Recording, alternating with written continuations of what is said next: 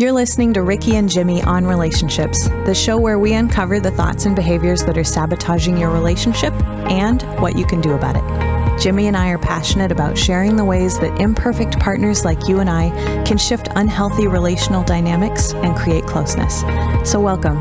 Drop your defenses and open your heart, eyes, and ears. Let's learn how to be the best partner we can be together. Okay, and we're back. So we have an interesting episode today. Rikki and I thought it'd be just kind of fun to go over. To be honest with you, we just like disagreeing on stuff occasionally, and we tend to agree on so many things that sometimes it's nice just to throw out some controversial topics, and maybe we'll even disagree. So we listed a bunch of controversial topics that some people might find controversial, like sharing finances. Should we share finances or should separate bank accounts? Is it ever okay to stay friends with an ex? You know, is it bad if couples sleep in separate bedrooms?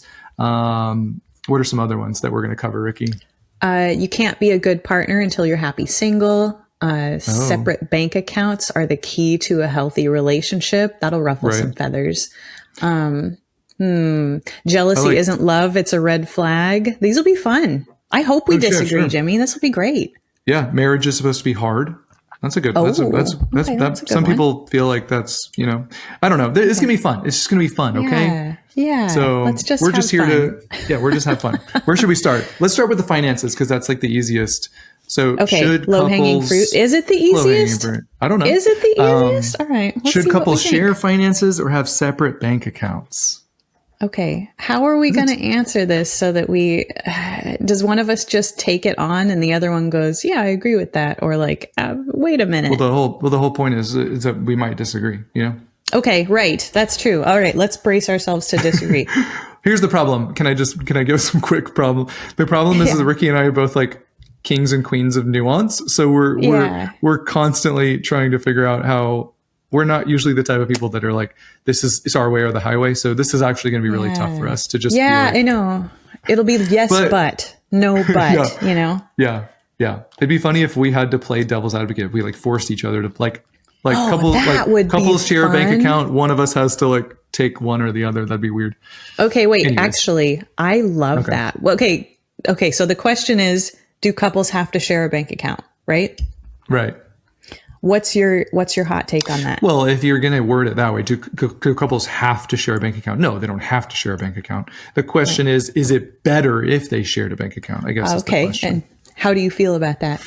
I don't know. That's the problem. Oh, no. That's the problem. Okay, I'm going to say that I lean towards you should share a bank account when you get married.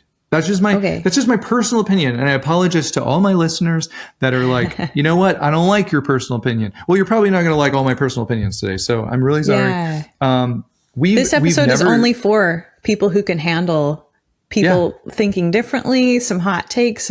Jimmy and I are trying to be really cool and nice about these things too, I think. Exactly. So yeah. Go but we away also if like you're to not that type of person. Yes. Yeah. But we like to ruffle a few feathers occasionally too. Despite how nice we seem, we like to ruffle some feathers. Right. So anyways. Gloves off today. Yeah, gloves are off. I think you should share a bank account. I'm gonna play devil's advocate and choose a side and say, you know what? You share a bank account. Because if you don't share a bank account, then I think that there is an issue in your relationship that you're not being honest about, which is I should be able to spend my money however I want to, or I want to buy these things and you're going to have a problem with it, or you're going to know about it if we share a bank account, and I don't want that. So that's why I'm separating it. And I would say, well, that might not be the best way to navigate that. Do you have to do it? No, of course not. But like, I'm just saying what's best. Sharing a bank account. I'm taking it. Okay. This is a great one for us to start on because I actually do disagree with you. Chris and I do not share finances. I've never shared finances with anybody that I've ever been with. And I think it goes great. But I also don't have any perspective on the other way. So I'm going to admit that I have a blind spot there. There's nothing that he or my ex-husband could possibly have been there's nothing I was worried about them spending money on, you know? Yeah. I kind of treat it like the phone, right? Like I know his phone password, but I've never gone through his phone. Like I don't have, We're I going don't to have get to access to his bank account, but yeah, right. Sorry. I know I'm not trying to spoil it. But here comes the nuance. We do have a shared bill account. We have an account for bills that we both put into, but it's very boring. I mean, if you pull it up, it's just like, all the regular utility bills, and there's nothing exciting in there. Well, then our contributions to it. Not to make this one too long, but I just, because we don't want to spend too much time on each one of them, obviously. Right. We need a time limit on them. But what's the point? Not being rude, not being disrespectful, but if you're not worried about what they're spending on, and if you have a shared bill account, then what's the point of not just sharing it? What's the point of keeping it separate? What's the benefit of keeping it separate? That's an excellent question. I enjoy this is going to hurt some people's feelings. I like Chris not knowing precisely how many bath bombs I bought this month. You know what I mean? I think you're right. I think you're spot on. I think that's probably a lot of people would say that's why I want to keep it separate. And I think it prevents a lot of fights. Kind of a little bit of a problem. It's like, why should he? Isn't there just like a little bit of a mistrust there? Like, I don't trust that he will be okay with how many bath bombs I buy. Oh, I see. Like, I don't don't bother me. Like, it's a little secretive. That's a fair point. I guess our reason for it was to prevent those discussions and fights. Kind of just, that's your money. Do what you want with it. No big deal. But I also, Jimmy, I never wonder what he's spending his money on. Like, I feel like when he does pull that up, when we're talking about finance stuff, like I glance and I'm like, wow, that's like really mundane and boring. Like I'm not, I'm not missing out on anything. I don't care how many times he went to the coffee shop, I think if you truly trust each other, it almost doesn't matter. Right. I think, that's our take. But I know for a lot of people, if you're uncomfortable with any of that, sure. Yeah. Share it. Right. Yeah, I mean, I'm not 100%. Upset at people who do share it. That doesn't bother me. Do what you want. That's enough time for that, probably. Unless you've got more. Yeah, for sure. Nope, I don't have any more. Is it okay to stay friends with an ex? Can I take this one? You want me to take this one first? Sure. I know we disagree on this one. So I have a couple thoughts. I have a couple thoughts on this one. So, one, we'd have to define what does staying friends mean. I don't. Oh, that's fair. Yeah, that's because if you're like close friends with your ex, it just rubs me the wrong way. I'm like, I don't know what are you doing? And that's just me. That's just personally. I could be completely wrong on you do you. Right. But I just don't. And if your partner is not super comfortable with you being close friends with an ex, then I think that takes precedent. Like that's priority. Like that's not your partner being like, oh, they're so controlling. They don't want me like going and spending time with my ex. Like we're friends. I'd be like, nah, you need to go ahead and just like cut that relationship. Like they're your ex and you're in a new relationship. Intimate relationships for me are just it's not about controlling and it's not about enmeshment. It's just about like, it's just a respect thing. Like this is a new intimate partnership. I'm not going to bring old intimate partnerships and be like, well, I want to stay friends with them. And if you don't want me to do that on then you're being controlling. It's like, no, I mean, of course there's nuance there, but you know what I mean? No, that sounds like a really awesome, healthy take on that. I really like where you went with that. On the other hand, maybe this will be a better episode than we thought, right? On the other hand, Chris and I are both very close friends with our exes. Very close. But neither of us are bothered by it. And I think that's the key. And you hit on that in your answer too. If either one of us were bothered by the other person's friendship in that way, then it would be a problem. But the fact that, when we were establishing our relationship, both of us individually said, hey, this person who's a really close friend of mine happens to also be an ex. How do you feel about that? And both of us were like, whatever, fine. And so I think we just happen to be really non-jealous people, both of us. And that worked out well for us. And I think we're kind of the weirdos in the world that I don't think that works well for the rest of the world. But I'm in 100% agreement with you that the biggest issue there is how your partner feels about it. Yeah. Because if it bothered Chris at all, that would be a completely different story. But neither of us, or me, if it bothered me, he would treat it differently, but we don't really care. So yeah.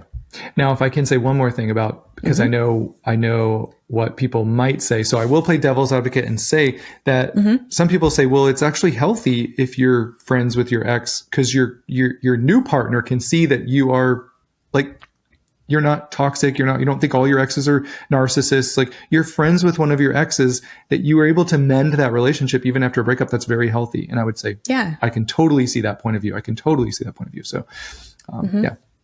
Oh, all right. I think also, well, yeah, just one last thing. Yeah. Tell me. I think I really love that Chris and I are both, we feel really confident and trustworthy that the other person has put the romantic longings part of those relationships completely to bed. Like, that's not even in our brain. So I'm like, wow, I trust that he can be friends with this person without having lingering romantic feelings for them. Like, it's it's just a massive trust thing. Not everybody can get there. And they are not in trouble for not being able to get there. You're fine if that's you and you're listening. This is going to be a great experienced what this part of my prejudice or part of my ignorance. I've never experienced like a true friendship after a breakup. I've only dated like 7 or 8 people total, but I just felt like my breakups were just so hurtful, and I hated them, and I just like the idea of being friends with this person. I don't know. So I haven't experienced it, and so I certainly don't want to poo-poo on people that have experienced a pleasant breakup before. No, that's fascinating, Jimmy. I'm glad to hear that, because I feel like I'm the complete opposite. I would say, fairly good friends with almost everybody that I've dated. Gosh. Really, like, completely platonic. I don't have bad feelings about how it went down. Granted, it took time. I wasn't like instantly friends with them, but once enough time had passed, I was like, whatever, water under the bridge. I had some great memories with you. You're a good person, and that's so interesting. And we'll message every now and then, like, hey, there's a great song I heard on the radio. I remember you really like this genre of music. Here you go. And they'll be like, oh, well, that's awesome. And it's not a big deal. So that's very interesting. I like hearing how other people feel about that, though. Huh. Yeah, me too. Do you want to hit me with one? Yeah. Marriage is an outdated concept. That's not necessarily how I believe. That was how I wrote it down here, right? That is very controversial. Yeah, that is a controversial take. How do you is marriage an I should say that, is marriage an outdated concept? No, I don't think so. I think that ultimately, we have this deep desire for like a deep committed relationship. And I think marriage is now I would understand some people saying, well, yeah, but like marriage just, there's so much that comes with it. Like you like once you're legally bonded like that, now you're like at such a big risk. There's so much more risk involved. And like, so I can totally see that. But I just think that if you take away marriage and you take away that risk, I just think you lose something in that. And so I think that even people who you could view marriage as a kind of like a religious construct in a sense. Like it's kind of the people that are not religious or that they don't hold to that. I get it, where they'd just be like, well, why do we need to do that? There's no point. What's the literal point of getting married? So, but I just think that you're missing out on something when you don't, and I don't know how to actually articulate that. Yeah, no, I think you did well. If I may play devil's advocate a little bit, there are lots of people who, it's not necessarily non-religious people who are not cool with marriage. That's hard to say though too. I'd say if someone is, someone who is of the Christian faith, absolutely 100% very into marriage, right? But it's not just like, I'm an atheist, so I hate marriage. That's not, what am I trying to say? There are lots of reasons that people might be opposed to marriage that are not necessarily, religious reasons. That said, I'm actually in complete agreement with you that I think the idea of like an ultimate label on a relationship that's something very symbolic that both people are putting time and energy and effort and commitment into is a beautiful, wonderful thing. And it's really like anytime anybody poos on marriage, that's kind of a red flag for me. So I think we agree with that one. Yeah. I agree. This is not, I don't know if this one's controversial. Do you have to be best friends with your partner? Here, I like that one. I can tell you that your relationship can still work even if you're not best friends, because my wife and I are not best friends at all. Right. That's funny. Yeah. Oh, that's funny. Yeah. I think it's nice though. I really like it when people are. I really like it when I hear my brother-in-law and his wife, they're just best friends. Like they're just best friends. And I'm like, you know what? Like relationships have got to be better when they're just like that. When you're best friends. So but sometimes you're just not going to be, and that's right. Right. That's true. That's a good point. That's okay. I'm thinking. I think I can say without hesitation that Chris is my best friend for sure. I definitely feel like that. There's nobody else I'd rather hang out with. There's nobody who gets me as much. But that said, I don't always want to hang out with him. I have a really close relationship with my other best friends. I think, I don't know. I think that statement kind of baits people into trying to say that your partner is your only friend. And that's silly. That's silly too. Yeah. All right. Hit me with a controversial one. This one's controversial. Looks aren't just for dates. They are what keeps the spark alive. So I guess now we're going to talk about physical attraction long term. That is controversial. Yeah. Physical attraction very long-term. Controversial. Because it's important. Like no one's going to argue it's not important. Right. I think the biggest claim that people would have is like, because everybody feels justified. Like if we, like the term letting ourselves go is not always for whoever we're talking about. They don't feel like they let themselves go. They feel like the stress of life came around. There was something medical that happened. Yeah. Right. Or they're like, you should accept me at whatever size, state, age. Right. Absolutely. That's what they would say too. Yeah. So of course there's two truths that we're holding at the same time, which is one, we should care about our physical, we should care about our health. It's not necessarily physical appearance, because physical appearance is going to change over the years. Like you're going to age. There's not, but should you be working towards the healthiest you? And the answer is always yes, because that's just what we do as mature, healthy individuals. We care about our physical health, just like we do our mental health and everything else. But is your attractiveness going to change over the years? Like the answer is yes. And in a marriage or in a committed relationship, we should care. That's just one small aspect of how much we love this person. Like our love is not dependent on their physical attractiveness per se, or what they look like exactly like when we married them, because we know that's going to change. And in a partnership, we should already be going into it knowing that this person is going to change over time, and I'm choosing to love them.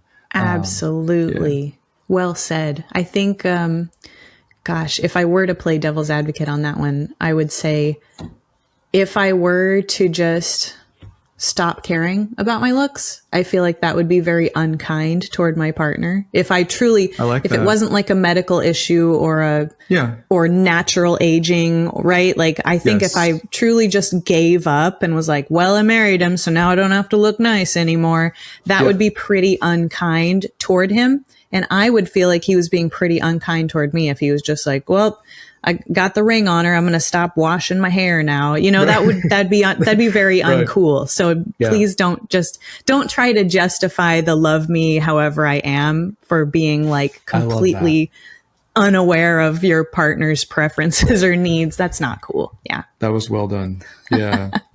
I'll give you an easy one.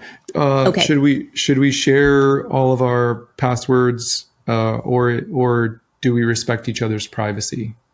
Oh, well, I don't think that's necessarily totally easy.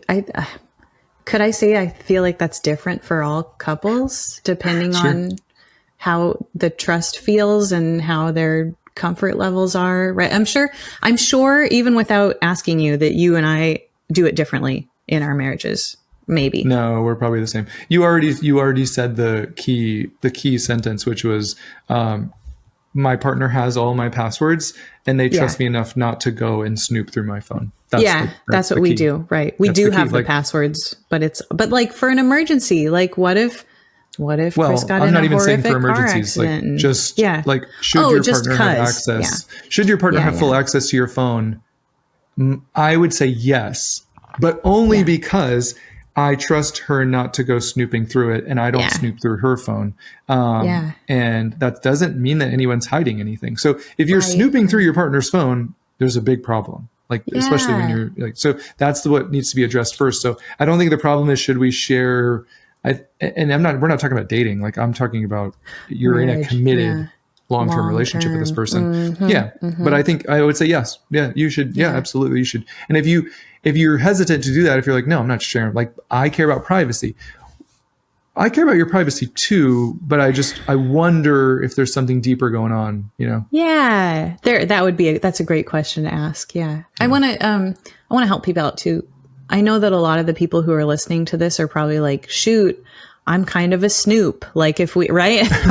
or my partner's kind of a snoop. I just want to reassure you guys that I used to be really bothered by that whole issue. Like I feel like I probably was a little bit of a snoop in my more anxious days. And I totally understand now why my partners did not want me to have that, because I would have gone through the entire thing looking for reasons why they might be thinking of breaking up with me. Or, so I don't know. That's a weird admission to make, but like you said, Jimmy, if there is snooping or reasons why someone feels like they have to be protective, there's bigger issues going on that should be addressed, right? Yeah. Like, I was part of the problem. I was part of the reason that a partner would say, I really don't want you to have this, because you're going to dig up problems that don't exist, Yeah. Anyway, just saying that because I know some couples are there right now. So yeah, I like that a lot. This one's pretty good, and I honestly don't know how I feel about it. So I'll play devil's advocate if I have to. Is it okay if couples sleep in separate bedrooms or even like separate homes? I love that one. I love that one because for the longest time, Chris and I had separate bedrooms, and it was magical. And nobody probably agrees with me on that, because I guarantee everybody thinks plenty of people. Oh, for sure. Everybody thinks that separate bedrooms mean dead bedroom. Have you seen that online? No. The folks who have no physical intimacy, they call that dead bedroom. Okay. That's the little nerd corner brought to you by Rikki for this episode. Don't Google it. It's very depressing, you guys. But it's not true. It's not. Well, it is for some people, but for other people, for sure, some people, right? Like, I snore like nobody's business, and he can hardly sleep next to me, right? Oh, he sleeps super, super hot, and I sleep. No, he sleeps. How does that work? He's always feeling like he's in an oven. If there's more than one, if there's not like a parchment paper thickness sheet on top of it, anything more than that, and he's sweating his face off, and I'm in an Arctic freezer. That's so funny. My wife and I are the same. On a quick tangent, she likes all these comforters. We live in Florida. I do too. By the way. I know you guys live in Florida. That's crazy. She loves the comforter. She loves the thing. I sleep with the thinnest sheet possible. Yeah. And I'm like, you guys do that. I'm like, you can't possibly I don't even know how you're sleeping with a comforter. Like, it's 100 degrees outside. And then, Jimmy, I've got a blanket on top of my comforter. Granted, for the listeners who don't know, I live in Alaska, so it's legitimately cold up here. So I don't know how Chris functions with it's hilarious. Okay, so back to the bedrooms. Okay. Right. I remember the first time. So my parents were never married, for anyone who doesn't know my story. So I didn't really have but anyways, I remember the first time that I saw my aunt and uncle sleeping in separate bedrooms. And I remember it just made me really sad. I was just like, oh no, you're sleeping in separate bedrooms. Like, is everything okay? And they would probably be like, yeah, better than ever, Right, so right. I don't know. It's I guess it's probably situation dependent. Like, if your relationship is in a good spot where you can have great conversations, even tough conversations when you don't feel really connected to your partner, and if you both feel fulfilled in this relationship, then my answer would obviously be like, have a blast, like sleep in separate whatevers, Yes. But if there is trouble, then I don't want that to be the first that's like the canary in the coal mine, and for it to go ignored. Like if all of a sudden if all of a sudden you're sleeping in separate bedrooms and nobody's talking about the unmet needs and frustrations in the relationship, then I would be like, I think something needs to be addressed here. Perfect. That's exactly it. Our conversation was like, hey, we don't get any sleep when we're in the same bed because of the temperature and the noise level with the snoring. Yeah. And we're like, what if we did an experiment where we slept in separate bedrooms just to see how it would work? Right. Yeah. And I'm telling you, Jimmy, there's nothing more exciting than that little knock at 2 a.m. when they visit the other bedroom. It's a lot of fun. Love that you said that. Unfortunately, because I've never experienced at 2 a.m. My wife sleeps like the dead. So it can be a lot of fun. That sounds like a lot of fun. And usually we'd start snuggling, right? And then it'd be like, okay, off to my quarters for sleeping time. And I can tell you a couple of things. One, I don't feel like I get anything positive from sleeping next to my wife. And I know that sounds weird because a lot of people really do feel. So my wife's not a snuggler. She's like, don't touch me, especially some in people bed. aren't. Like, don't touch me. And we don't talk at night. Like that's just not our thing. We talk other times, but when it's ready for bed, we just get in bed and we kiss goodnight and go to bed. And then you're unconscious for 8 hours. So I don't get any benefit. Like she could walk in another room. It'd be literally the exact same experience. So, then that's probably some people say like, that's why I like sleep. I like having my own space, yada, yada, for a lot of different reasons. But so anyways, that one's probably not controversial. One. Hit me with a controversial one. Okay. This one's yucky. I think it's yucky. Obviously, I just revealed my hand right off the bat. You don't have to be in love to stay together. Hit me with your take on that, Jimmy. You don't have to be in love to stay together. You know what I heard recently from this guy that I love, Alan D. Bottom or something. Have you ever seen that guy, Alan D. Bottom? I can't remember his name. Baton. Wait, the writer. I love him. Right? He's great. Great, right? And I heard a quote from him recently. Or it wasn't a quote. I was watching him, and he was like, staying together for the kids is like super admirable. Like stay together for the kids. And I was just like, oh my gosh, like, yeah. And I was like, that goes against so many things. Yeah, I don't love that. No. I think it's Elaine. Baton. I think he's not American. He's something But else. I love him. His writing is amazing. I've read several of his books. So I can disagree. But I don't even know if I disagree. I don't even know. Like it's one of those things where, and so feel free to. Okay. I'll take this one. I don't think Mom listens to all of my podcast episodes. So, I think I was the child of two people who were pretty not very happily married, right? Yeah. Who definitely probably did a little bit of staying together for the kids. And I think that's more harmful for kids because I got kind of a dysfunctional, not super loving relationship modeled to me. And it's taken many, many years for me to undo that. And I think it would have been way cooler to see my parents both pursue relationships that were more fitting for them. Would have been a little healthier, even though divorce is so hard on kids. And I know that because I am a divorced person who divorced with a very young child. I know how hard that is, but I also know as a child who grew up with parents who were like not really feeling it, that also was terrible in a very different way. So there's that. That was extremely well said. Yeah. Yeah. Thank you. I tried to be gentle because I know that one hurts people, but yeah, I agree with almost everything you said. Yeah. I mean, 99% of what you said. Yeah. But what's the 1%? What's the 1%? The 1% in me, I think I just get angry. It's not an angry, mean angry. It's like an angry, like motivated angry. If I saw two people and they were just like, we want to get a divorce because like we just don't get along, and they have like three young kids. I'm like, no, like stay together for the kids, like stay together. But not just stay together. Stay together is it implies that there's not going to be any sort of change. Right. Things are only going to get worse, and that this is a toxic environment and so I don't want any of that. That's what gets me angry. I'm like, yeah, dude, stay together for the kids because like you built this life, like you built this. And so like guys, like, what are we doing here? Like, you don't, the goal isn't to just abandon ship. The goal is to like right the ship. And like, so I'd be frustrated with both of them just because I'd be like, right the ship, both of you. Like there's things that both of you need to do. That's what this podcast is all about. Like what is the work that is required from both of us to like right the ship. And so I'd be mad at them for not, and like, it just makes me frustrated because I don't want that for them. I don't want that for their kids. That's not what they set out to do. They got married. There was a big thing, a big commitment. And now they're going to break that commitment. Why? Because they don't get along. I'm like, screw that. Like figure out how to get along. Like you did it once, do it again.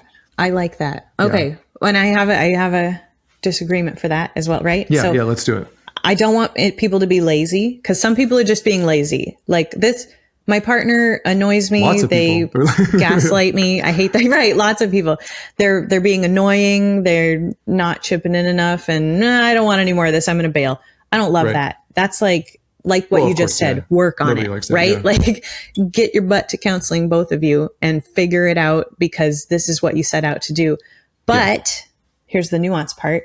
I do think that there are legitimate issues that can arise that are not communication issues. Like we can imagine some issues that can arise where I would tell somebody, yeah, if you want out of that one, you should probably get out of that one. Right. 100%, I can imagine. 100%. Yeah. Some scenarios, perhaps with addictions, large betrayals. Right. Large betrayals that aren't being repaired 100%. And the person seems incapable of addressing it right. Oh, I would 100% and I would, get And so then you have that statement, stay for the kids. That's like really harmful to people who are like really trying and doing their best. And they're with a partner who is literally sinking the ship. I'm like, get off that ship, man. If they can't help you bail at all, you might be better. It might be better for the kids for you to get off that ship. Yeah. Oh, I couldn't agree more. Yeah, I could not agree more. Yeah, especially in those situations, you're absolutely right when you said sometimes the kids staying, for them to see a toxic dynamic continue is not helping them at all. Like it's just not helping them. Nope. You think that it's helping them, but it's not. It's damaging them on a number of different fronts. One, there's usually a power dynamic at play. So one partner is more submissive and gets kind of walked on and yada yada, and the other partner is more dominant. So they're seeing that modeled, and they're seeing that that's what love is, when that's not love. It's two people selflessly serving each other is what love is. So when you're in a relationship, that's the hardest part. When you're in a relationship and you're like, I'm the only one that's interested in selflessly serving, they're interested in taking advantage and being dominant, then unfortunately I would say there's no other, you have to leave that relationship if nothing changes, because there's no, the kids are not going to benefit from this. They're actually going to learn. They're going to see you being walked all over and think that it's okay to walk. They're either going to learn it's okay to walk on people, or it's okay when people walk over me. That's still love. They're not learning how to set any healthy boundaries. They're not learning what it looks like to advocate for your needs. The most healthy thing you can do is show them this is what real love is. And when people treat us badly, there's consequences to their actions. And unfortunately, that might mean that we need to separate from toxic people, or not that we would call call them toxic, but we would just teach our children that there's certain behaviors that unfortunately lead to distance in a relationship. And these are certain behaviors. So okay, to put a cap on that one. Sorry. That was a long one. That's okay. To put a cap on it, I saw an awesome, like a meme, a graphic, and it said stay together for the kids, but stay was crossed out and it said grow together for the kids. And I was like, that's it 100%. Right there, right? Don't 100%. Stay together for the kids. Fix stuff or get out. Right? I love that. Would be okay. This is the last thing I'm going to say about that. Okay. Clearly, we need a whole episode on this one, Jimmy. I know, right? This was so good. Okay. 60-second story, maybe even less. I remember when my marriage was struggling, I met this janitor guy at the hospital I was working at. I always loved asking people about their relationships and yada, yada, yada. Oh. I was asking this janitor, he was an older janitor and just this wise looking gentleman. And he was like, do you have kids? And I was like, yeah, I got a bunch of kids, 4 kids. He's like, do you love them? I was like, yeah, of course I love them. And he was like, what did he say? He was like, do you love them enough to it was kind of like die to yourself. Like your kids don't need you to like, you know how people would say like, I would die for you. Right. You know what I mean? He was like, would you die for kids? I was like, yeah, I would die for my kids. He's like, your kids don't need you to die for them. They need you to like learn how to like live maturely for them. Like they need you to learn how to grow. They need you to learn how to like deal with your trauma. They need you to learn to like heal and show up for their mom and like be a selfless giver. Like they need you to be a leader in this family by submitting yourself and not like dominating everybody. And it was so beautiful. I was just like, yeah, my kids don't need me to die for them. They need me to like live. They need me to like learn to live. And anyways, he said, oh my gosh, dude cleaned up with that. He was taking out the trash advice. Sure was. Jeez, that's awesome. Oh yeah. All right. Okay. Here's a controversial take. Going to therapy causes people to break up. Can I take this one real quick? I'll do a real quick spiel on therapy causes people to break up. There's a lot of people that believe this. And you know why? There's probably a lot of truth to it. Therapy probably does cause people to break up. Do you know why? Because they're stuck in these one-sided dynamics that we just mentioned, that we just went on this long rant from. And when they go to therapy, they realize, oh, you're not actually interested in doing the work to like fix this. And so that's like the straw that breaks the camel's back, where they're like, yeah, I'm out. And then their partner's like, see, therapy broke us up. Like, no. Therapy revealed that there was a massive problem in this relationship that you weren't interested in solving. And so I decided I'm going to call it. Totally. I think you're right about that. I also have a little bit of science to back it up. I don't have the numbers for this, but it's an obscene amount of couples that wait until their relationship is at that's me. The point of no return. 7 years. Most people wait 7 years. Totally. That's it. Okay. Thank you. I'm glad you had that. And if you've been having 7 years worth of issues and resentments and all the horrible things building up, of course it's going to feel like therapy was the straw that broke the camel's back. But it's like, dude, that camel's back is a inverse rainbow, man. Like it's, there is no camel to speak of. The relationship was already done by the time the therapist came in and started digging. So well said. You know why therapy breaks people up? Because they waited 7 years because they felt like they were silenced for 7 years. And when they finally get into therapy with another person there as the moderator, they can finally say what they've wanted to say for so long. And the other person's like, that was like, you're being mean. And this is so, and they're like, this is 7 years of buildup of stuff I wish I could have said. Yeah. So, I bet it does cause some conflicts, because those conflicts should have happened years ago in a healthy way, but they didn't. And that's why they're coming. That's why they're happening now in an unhealthy way. And here's another fun one. I just read a book recently for therapists, that said, it's something like a lot of couples don't have any sort of meaningful breakthrough until somewhere between the 6th and the 10th visit. That's a lot of visits, right? So I think some people will go to 2 or 3 sessions and like fight the whole time, or it feels awful. And they're like, oh, this is proof that we're just doomed and our relationship sucks. And it's like, there is definitely data to show that many couples, especially high conflict ones, need many, many sessions with a therapist before they start having closeness and breakthroughs. Oh my gosh. When we first started going to counseling, this is a 10-second story. When we first started going to counseling, she was like, yeah, we're probably looking at like 20 to 25 sessions. I was like, what? I was like, that's like half a year of, I was like, why do we need so many sessions? She was like, 'cause y'all are screwed up. That's why. Oh no.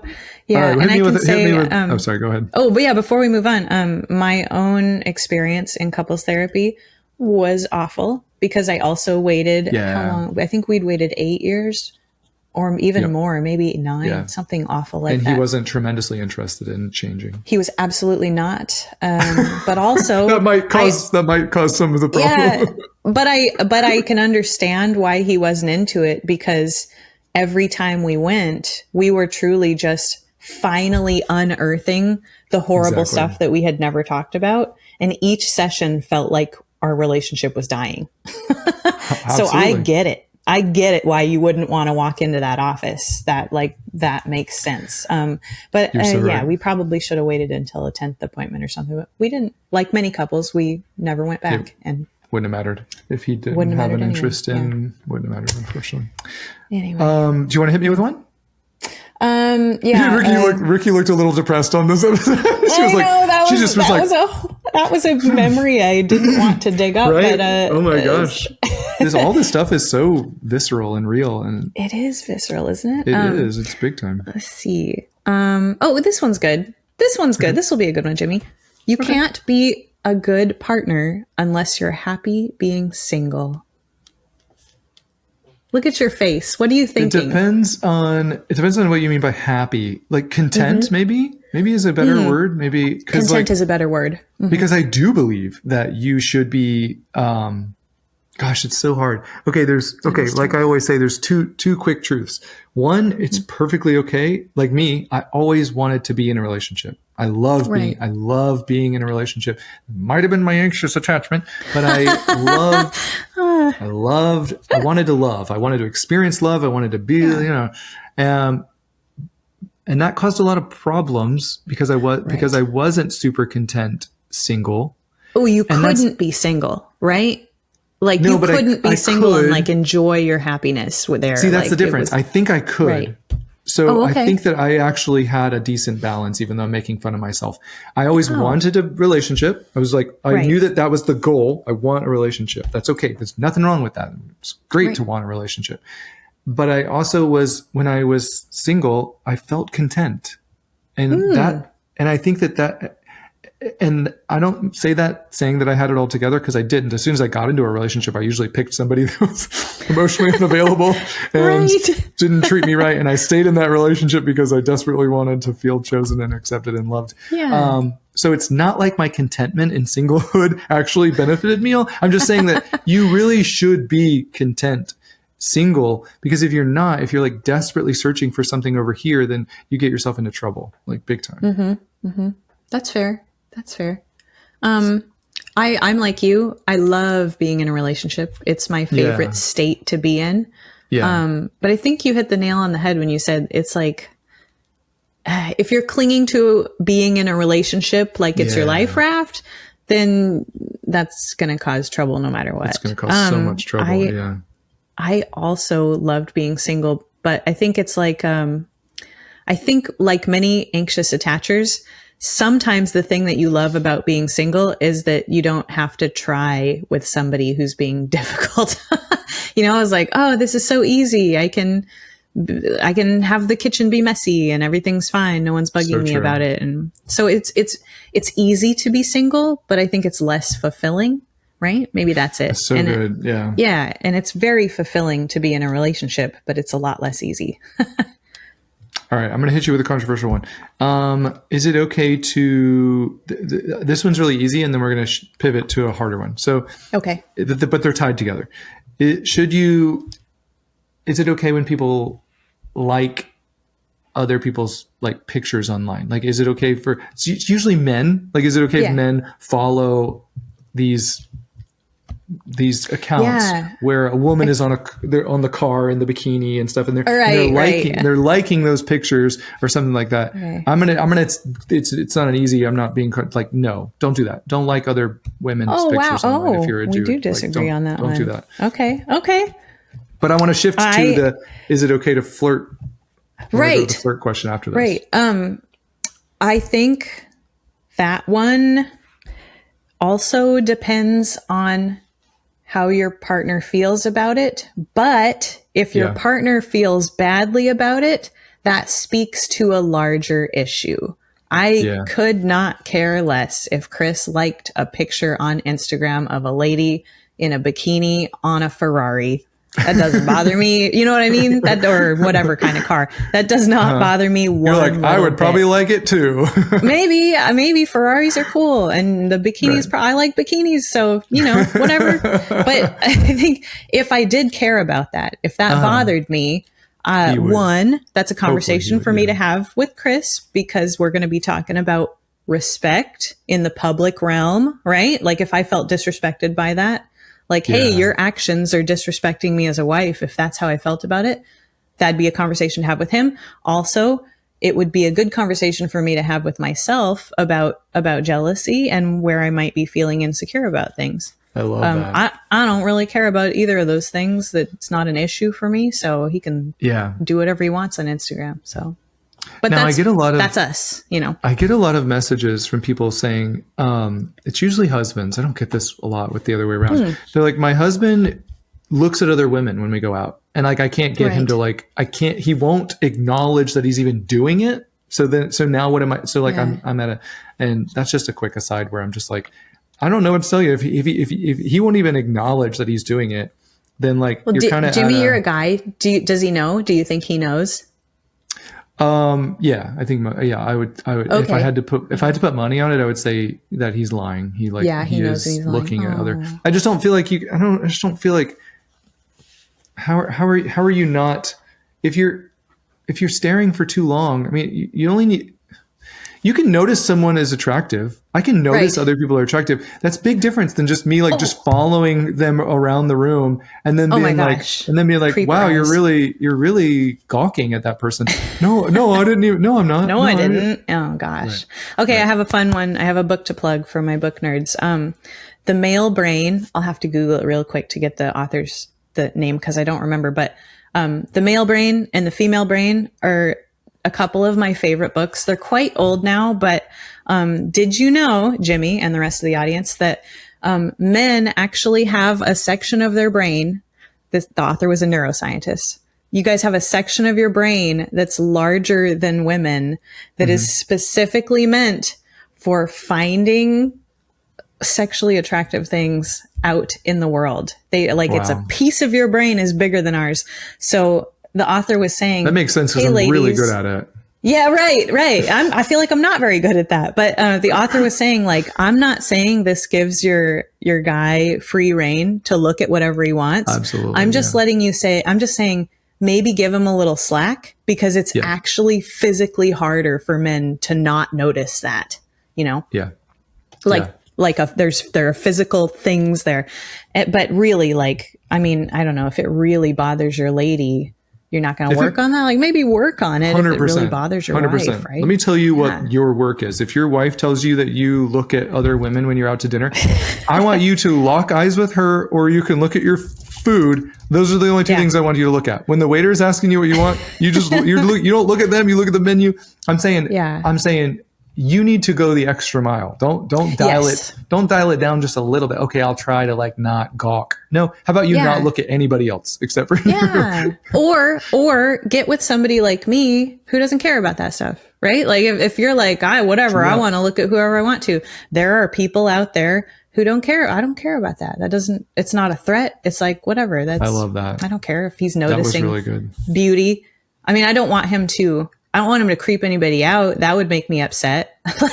If he was looking too long and made somebody upset, I'd be like, watch yourself, dude. Like control your eyes. But he's not doing that. So anyway, for anybody who's interested, The Male Brain is by Luann Brizendine. Maybe I'll put it in the show notes on YouTube. But it's great. It's neuroscience. So this one is even more controversial though. What should you ever flirt with anyone else besides your partner?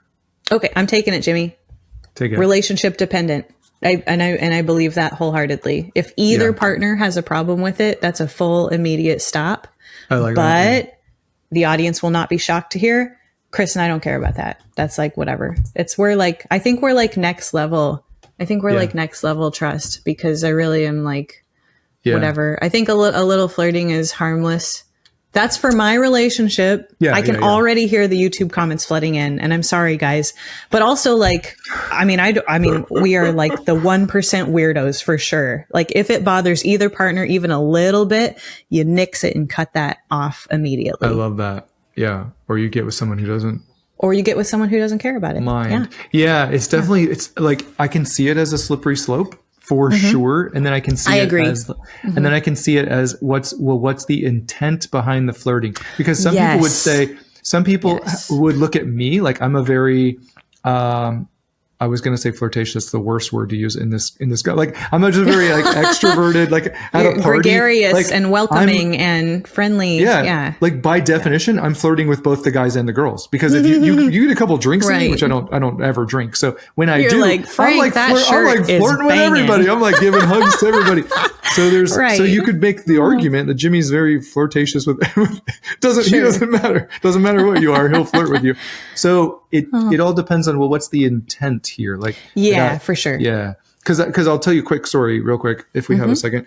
I did get a confession from a friend of mine recently that he was like, I realized that I've been like flirting with this girl at work, and I didn't, and like, I didn't really realize it until now recently. Like I'm realizing that I'm flirting with her because it feels really good. It feels really good to get the attention. It feels really good to have this back and forth. And he's in a marriage where, you know, there's it's not that they're doing bad, but things aren't exciting anymore because you get a couple kids and there's stress of life. And so you get 7-8 years in, and you have to be very careful.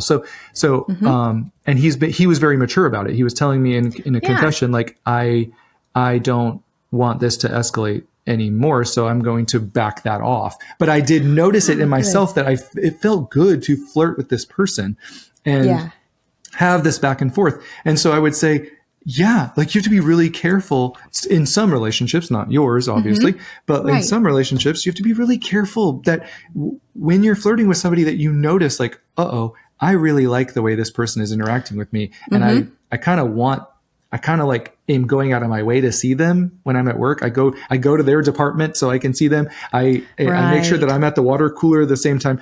I don't have a real job, so we don't have water coolers. You know. Right.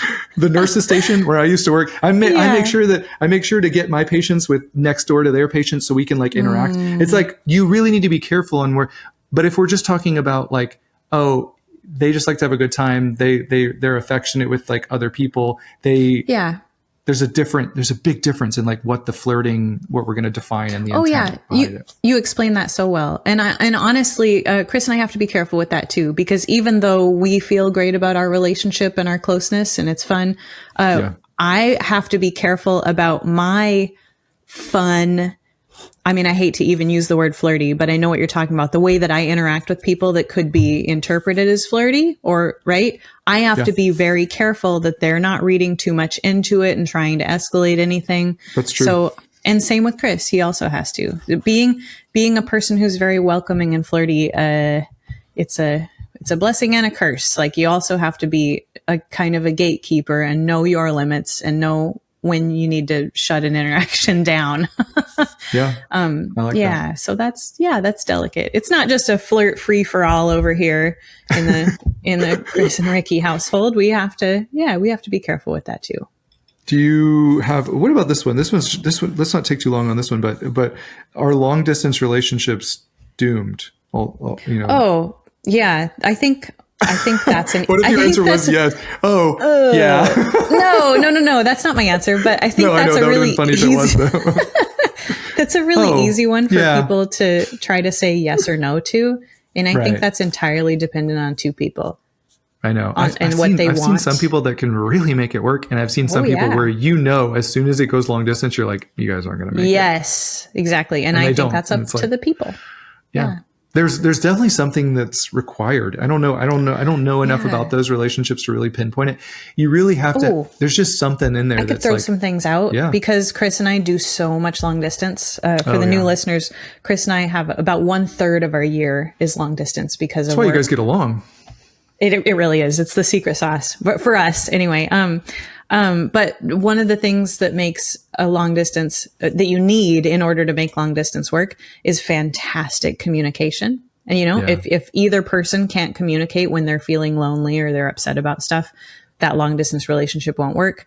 You need two people who are cool with being independent for a long time. That's me and Chris. Not everybody would be okay with that. I have friends who say, I don't even want a relationship where I'm not spending 6 or 7 days a week with that person. And I'm like, cool, that's cool for you. For me, that sounds like too much. So, and it's person dependent. That's all I'm saying. What's another thing? Okay. You have to be great at communicating. You have to be two people who are probably pretty cool with your independent time. Do you have to be intentional about like, yes. No, you nailed it. That's exactly what I was just about to say. We have to be very intentional about making sure that we commit time to each other during our away time. I love that. Boom. That's it. Here you go, Jimmy. Here's one. Yeah, hit me with one. Prenups cause breakups. This is really good. A prenup. I didn't even think about prenups. Yeah, literally. Prenups. Okay, those are super controversial. Prenup. Okay, I'm gonna give you the most controversial. I'm gonna give you a stance that people will. I can't imagine why people would agree with this. This is I'm like ready the for dumbest. Okay, I say no prenups. Like, just get rid of them. Don't do it. Wait, that's your stance? Yeah, get rid of it. We did it, Jimmy. We did it. We both agree on that? We found a thing that we completely disagree on. Yeah, perfect. I was going to say. I am I'm so about prenups. It's not even funny. Oh my goodness. Yeah. This is wonderful. I say get rid of it because the reason that you're going to keep it is because you're like, well, what if it doesn't work out? And I'm like, nope. Right. Sorry. You don't get that. Okay. You don't get that. Okay. Like, nope. No, I'm actually feeling fired up. I'm like, don't marry him. I'm like, don't marry him. Okay. They're going to take half my money. I'm like, okay. Right. Okay. Then don't marry him. This is my spicy hot take. Go on. Brace yourself, folks. When I got married the first time, I was like 22 or 23. So I was a little teeny tiny baby. Right. Yeah. And we were like, we don't need a prenup. We're best friends and we're super in love. And we plan on doing this till we're 80. Well, hey, folks, when we were in our early 30s, we'd completely grown apart. We had no idea what we were doing. Therapy wasn't working. And if we had a prenup that had told us how to split things up, we might be better friends today because the splitting of the things was the only thing that was hard for us in our divorce. Other than that, we were two friends who were like, wow, this isn't working. Let's have an amicable divorce. Everything was cool until the splitting of the things. And I wish that we would have had a prenup for when times change because you don't know about the future. And so in my current marriage, man, I don't ever plan on breaking up with Chris. He's amazing. He's my favorite person on the planet. But if the planets were to align in a weird and horrible way, and he wasn't the person that I married, or his idea of what he wanted totally changed, which happens, right? Or I don't know, things that you can't predict. He falls out of love with me and falls in love with somebody on one of his work jobs. I don't know.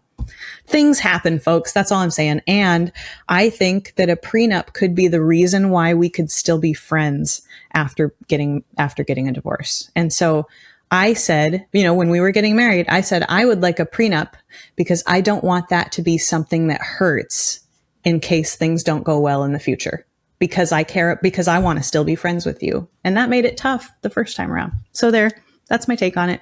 I don't plan on ever divorcing him, but I can't control how the world goes. And if it went badly, I don't want that to be a thing that sucks. Yeah. I want it to be a thing that's easy. Hey, we've got a piece of paper that already lays it out that we both agreed to. Next step. I couldn't agree more. That's my hot take. Really good. That was really well said. Oh, thank you. I don't have like a good argument. There's no good argument from my side. Okay. So maybe I sold you a little bit on prenups, just a little bit, right? You did sell me a little on prenups. Okay. The reason that I'm so against the reason that I even have an opinion either way is because I've never experienced how difficult it is. I'm sure there's countless people that have experienced how difficult it is when you don't have one. Totally. Yes. Emily and I were dirt poor when we got married, so it's like So was I. So was I at 23. We had nothing. So we're like, why would we have a prenup? We don't need to. Yeah. And I wish we did. So very fascinating. Thank you. There's a divorce lawyer who's making the rounds on the internet, and he's very well spoken and he's fascinating to watch. He's a divorce lawyer who totally loves like love and relationships. Isn't that weird? Yeah. And he made that same argument. He was like, hey guys, you don't know how it's going to go. He's like, literally everybody that I represent thought that it was going to go great.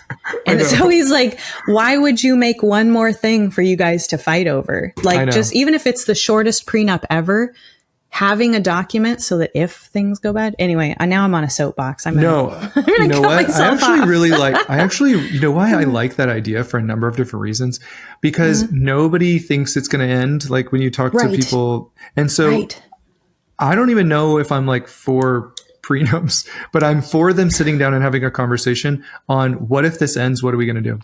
Because that's like oftentimes we just get caught up in the hope and the vision, and that we don't even think about how we're going to treat each other, how we're going to divide up assets. we can't have those conversations because sometimes we're scared to have those conversations. Well, this might cause conflict. This might, we're in love. Why would we ruin it by having these conversations? I'm like, well, then you need to have them even more so. So you did sell me a little bit on the prenup of just having the conversation when you feel like, everything's gonna be fine. Like, well, no, in half the time it's not fine. So totally. More than half the time. I think divorce rate's higher than 50%. Here's a fun one, Jimmy. Marriages. Right. Oh, that's true. For first marriages, it's lower. Yeah. But go on. I'm sorry. Here's a fun one. I want to have that conversation with Chris at a time when we're in love and we feel like best friends, 100%, right? 100%. That's when you want to have the conversation about how you would divide up assets if things changed. Because that's when you have the most love and care for each other.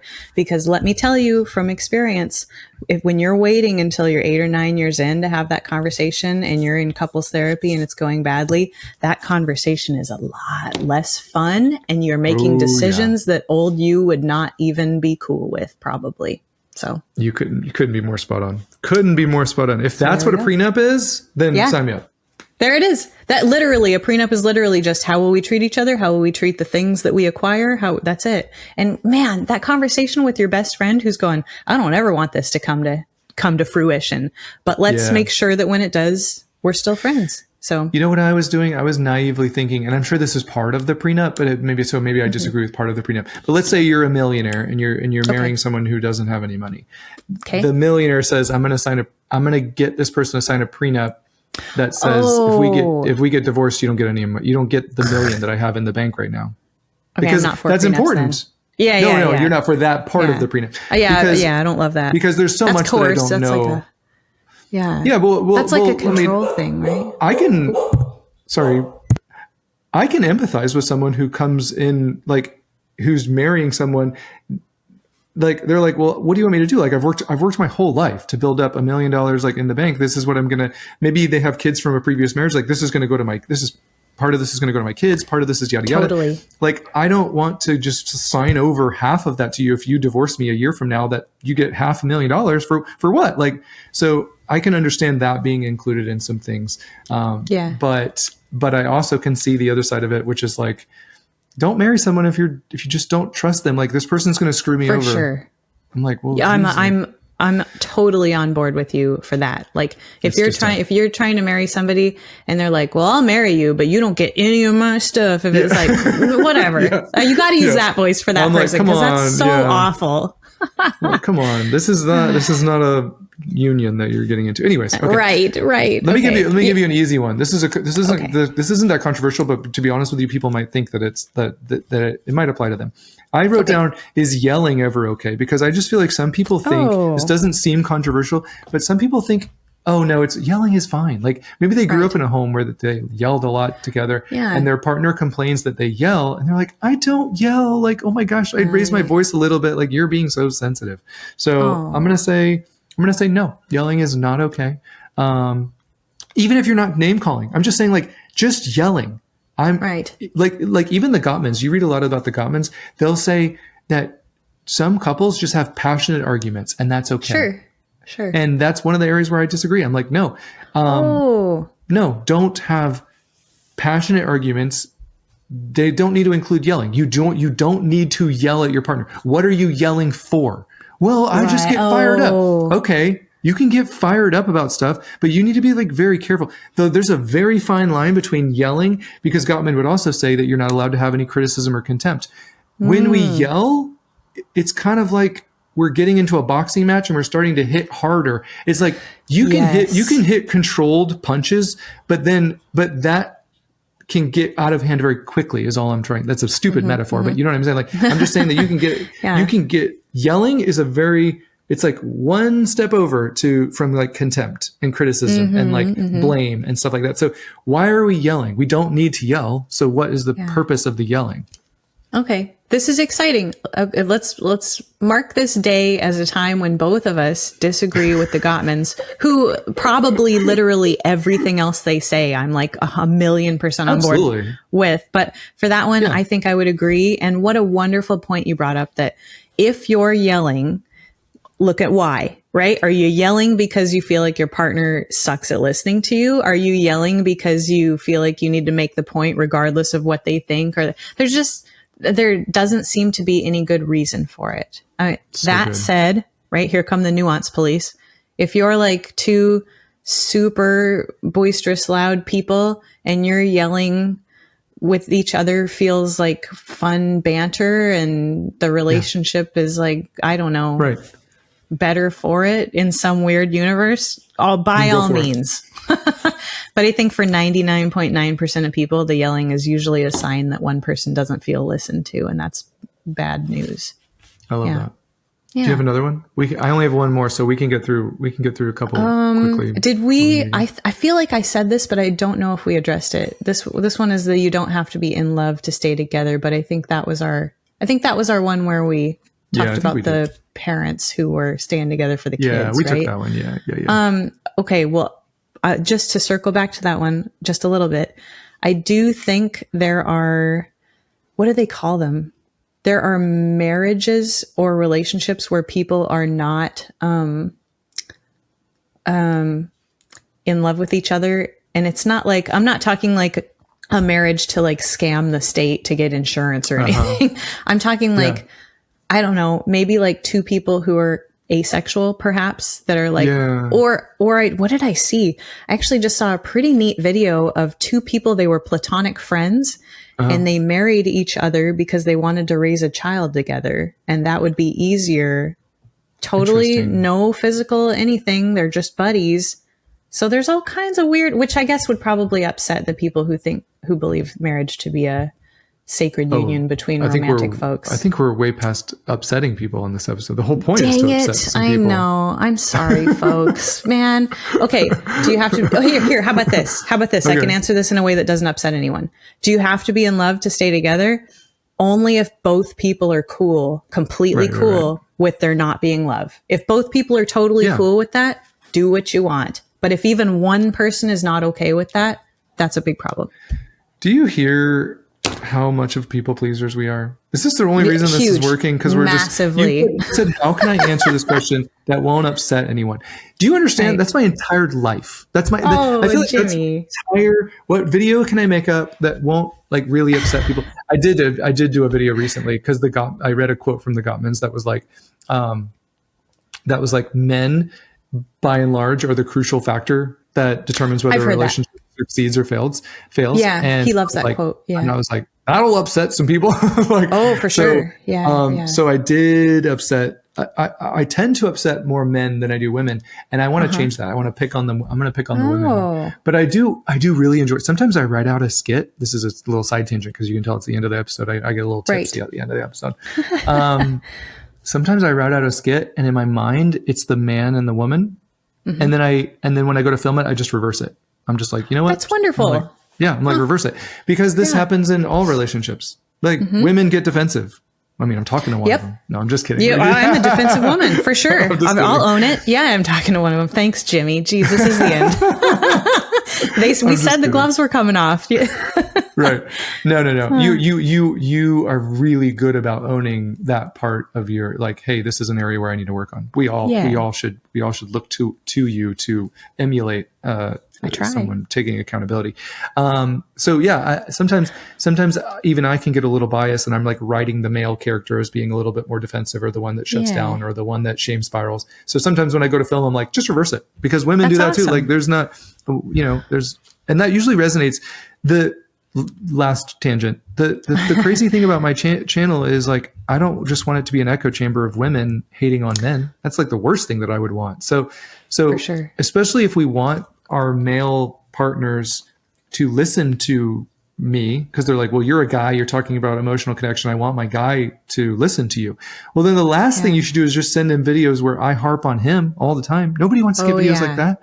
The best thing you can do is send him videos where I harp on you, and then come to him and be like, what do you think about this? Do I do this? Do I need to get a little bit better at this? And then he'll be like, I like that guy. And then he'll watch my stuff, and then I'll pick on him, and he'll go, oh, I could change that. Yeah. Yeah. That's great. Anyways. I love that. Thank you for saying that. I think the audience likes the little peek into how you do things over there too. But back to what I was saying, like, gosh, dang it, Jimmy. You were trying to have a good episode where you made some people mad, and here we are, just full of nuance and apologies. And it's impossible. It's impossible not to, honestly. Well, I think part of that is we really care about our audience here. I mean, like, especially the folks who are listening all the time. I don't want to make you guys upset, but no, but we just want to have some fun about, you know. Totally. And one of the things that I love about talking to you, Jimmy, is that and about our relationship is that I think we're really respectful when the other person doesn't line right up with what we think, and that's great. The world needs more of that. So yeah, for sure. I hope that folks would want to continue listening to us, even if we're not identical to them and thinking the same exact way, because we've got some nuggets that they find truly useful. Yeah, that'd be my hope. Yeah, I think you're spot on. And the episodes that we do like this, where they're just kind of fun and talking about controversial things. The silly part of this is that these areas are almost always not black and white. I mean, most of the time they're not black and white. Yes. There's a lot of gray area. So to postulate like, oh, I know the right answer here is like, it's silly. Like, it's silly. Of course, all these things are going to be dependent. I know it's one of the things I feel like is wrong with the internet right now.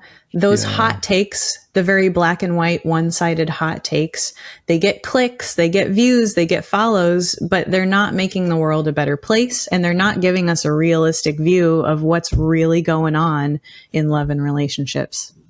I love that. Well said. We're not about that. You and I are here to dispel some myths and give people a bigger bird's eye view of what's going on instead of a little tunnel vision. Hateful. I couldn't agree more. Just to update people, we are trying to be a little bit more consistent. So we're putting out episodes on the 1st and the 15th. So because lately I had just been putting them out whenever we film them, which would be, you never knew when. Right. So we're trying to be a little bit more consistent, and we'll put them out on the 1st or the 15th. If for some reason you don't see a video on the 15th, it'll be the next time on the 1st. Like right. So, okay. Here's another end of the episode thing where I spring an idea on Jimmy that he probably has no choice but to agree to. Because I think that 1st and 15th thing will go well. I've gotten some feedback from people already that are really excited about it. What if we had some way to alert the regular listeners that there was an episode out? So that way they don't have to be looking at their calendar or marking it. For example, a platform like Patreon allows me, even with the free subscribers, to notify people via email if there's a new episode. So in their email, it would say, hey, follower of Rikki and Jimmy on relationships, there's a new episode out. And that could be the free tier could notify you that that's out. That would be fun and easy for me to set up. I've never thought about that. So maybe I will consider that. Here we are planning some business live on the podcast. So, okay. And then one last thing, a shameless self plug, if I may. Yeah. I think I have started my YouTube journey, you guys. I don't do much with that platform, but I have a little YouTube channel. It's Anxious Hearts Guide, just like all my stuff. And I think I'm going to start doing some things where I just sit and talk on longer form video about things. Yeah. So, I guess we can put that in the show notes too. I'm planning on having Chris on to interview him. Wouldn't that be super fun? Cool. Would be great. So anyway, I'll put it in the show notes. But also you can search YouTube for Anxious Hearts Guide and, subscribe. The videos aren't up yet. It's going to be a lot of them, but I've got like 2 or 3 up right now that are longer format. So if you guys just want to hear me longer format ramble by myself, now that I've chased the entire audience away with my hot takes, I'm pitching there's at least a couple people left. Somebody might be left over. So anyway, thanks for that. Jimmy, do you have anything to plug? What are you working on lately that people might want to check out? I don't even think it'll be out by we won't put this out for 10 days. So, what might they anticipate or look forward to? You don't want to talk about it yet? It's secret. I don't have, are you talking about the Matthias and I workshop? Yeah. Well, that's on the 8th. So we're for anyone listening, we're filming this on September 5th, but we won't put it out until September 15th. So by that point, I think we'll be all finished. We'll be all wrapped up. Well, if it's the future and they're like, man, I would love to watch Jimmy talk about insert topic here with insert guest here. What would they search to find it if this is the future in there and it's already out? Oh, yeah, well, what's the course for anyone called? that doesn't know, yeah, Matthias J. Barker, he's on TikTok and Instagram. He's a therapist, and my friend. And he's awesome. And we did a course on conflict together. So what we'll most likely do, so on the 8th, we have a workshop that we're doing live, but we'll also have a recording of that. The problem is that when I put this episode on the 15th, I think it'll be over. So the workshop will probably be gone, but you can still look at the course if you want to. We usually sell, don't spend it. Usually it retails all year for $3.99, but we bring it down to $1.99 for this next week. So don't pay more than $1.99 for it. On my link tree, well, can we put it in the show notes? On my link tree, I'll have a code that you can put in at the bottom to give you the discount.